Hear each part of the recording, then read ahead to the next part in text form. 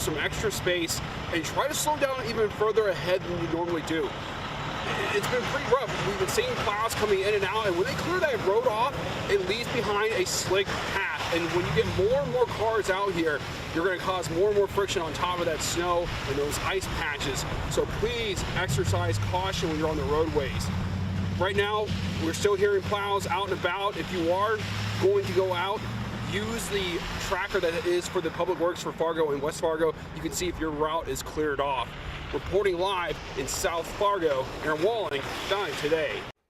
Yeah, we can see the roads have definitely at least been treated, but there's still a lot of that buildup, and a lot of the vehicles are covered with snow themselves this morning. A lot to be mindful of this morning. Thank you for that live look, Aaron. And to see just how much snow we got and what we can expect through the rest of our day, let's head on over to meteorologist Lisa Green on this First Alert Weather Day. Morning, Lisa. Good morning. Yes, in the FM metro area right now, crews like this one at Luther Family Ford working on clearing about a half a foot of snow. We had reports of 6 inches to 7 inches of snow on both sides of the Red River in the FM metro. So a lot of snow, and it's that heavy, wet stuff. So if you can get some help clearing it with tools like a snowblower or a friend who has a plow, that would be a great thing to do because it can be pretty tough on the body. We call this kind of snow heart attack snow.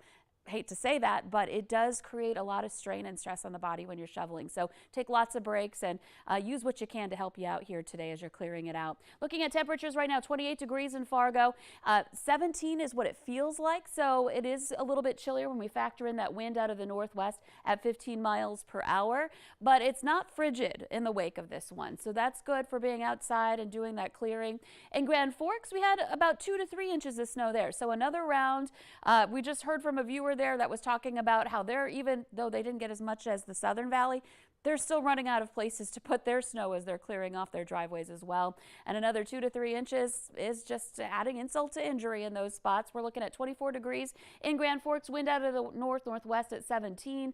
It feels like 11 degrees right now. So again, today going to be one of those days where we're cleaning up. Though this morning, we're still watching out for a couple of pockets of light snow up by Roseau County, back down into Clearwater County. If you're in the Lake of the Woods area, the Red Lake area, this is where we will see that snow be last to clear out, and we could still see a few more pockets, a little spotty area of snow making its way through in that northwestern part of Minnesota through the morning. You can see the rest of the region really quieting down. There are a few flakes up in northeastern North Dakota too. So out at the bus stop this morning, the kids are going to have to trudge through some heavy snow in the Southern Valley.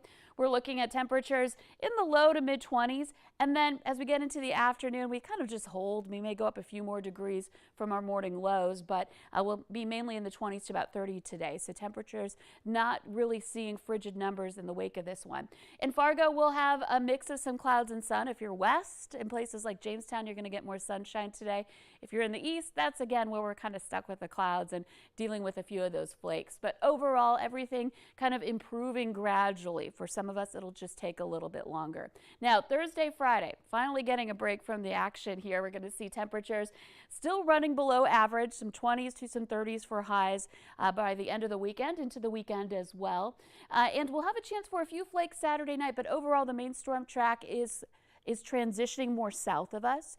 And so that chance for snow will be ending for a while. Doesn't mean we won't see a flake or two, but we do get a bit of a break from the heavy stuff that we're dealing with right now. So that's the good news, even as we're still running cool for the rest of the month of March. So again, you can get the latest on this, check the radar, road conditions, after we hear from Jordan today on the VNL Weather app throughout the day.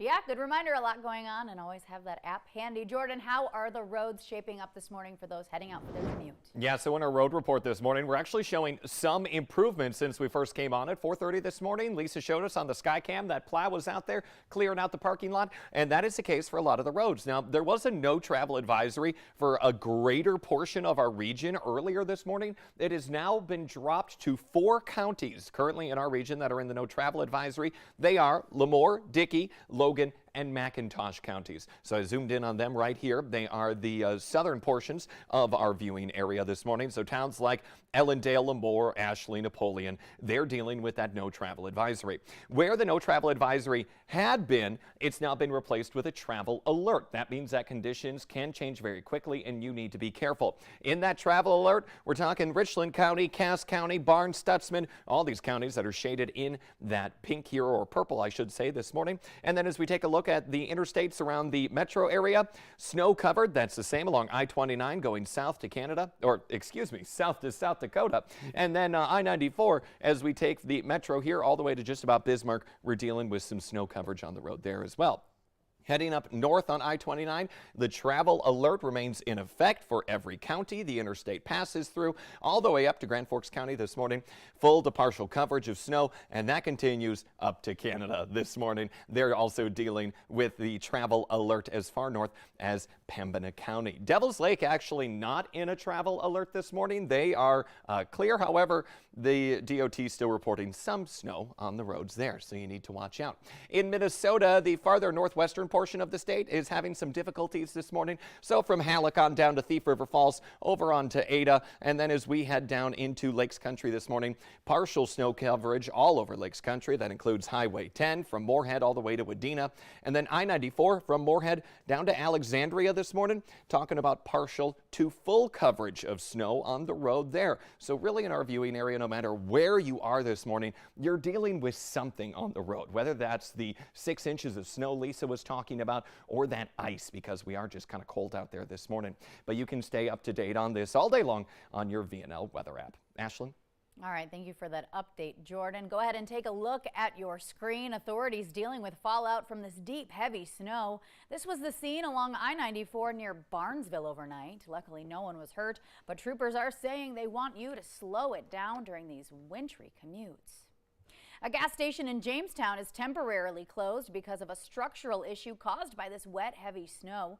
The city building inspector says the weight of the snow and ice on the roof are causing the structural concerns at the Loaf and Jug.